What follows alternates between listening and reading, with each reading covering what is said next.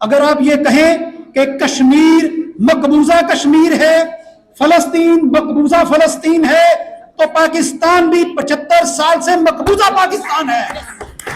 इस बात को समझें कि कायदे आज़म ने फरमाया था कि इजराइल मुसलिम उम्मा के कमर में छुरा घूंपा गया है, नाजायज रियासत है, पाकिस्तान तस्लीम नहीं करेगा।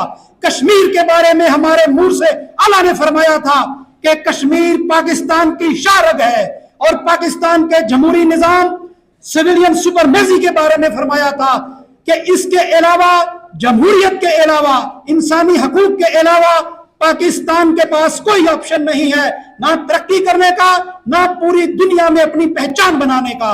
आप 76 साल की तारीख उठाकर देख ले, किस दिन पाकिस्तान गैरिजन की सोच से बाहर निकला है, किस दिन पाकिस्तान इन ग्रेडी लालची ऑफिसर्स की सोच से बाहर निकला है। हम कैसे बात कर सकते हैं आजादी की? आज हम कश्मीर के साथ खड़े हुए हैं।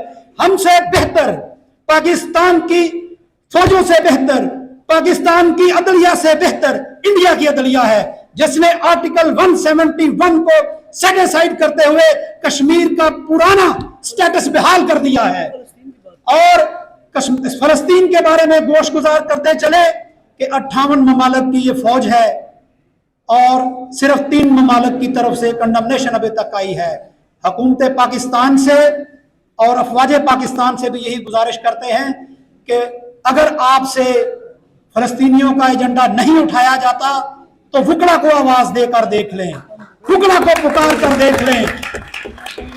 वुकड़ा कलम, किताब और जज्बा उठाए हुए वो काम कर दिखाएंगे जो 75 साल में आपने अवाम के टैक्स पर पलते हुए भी नहीं किया। Thank you very much.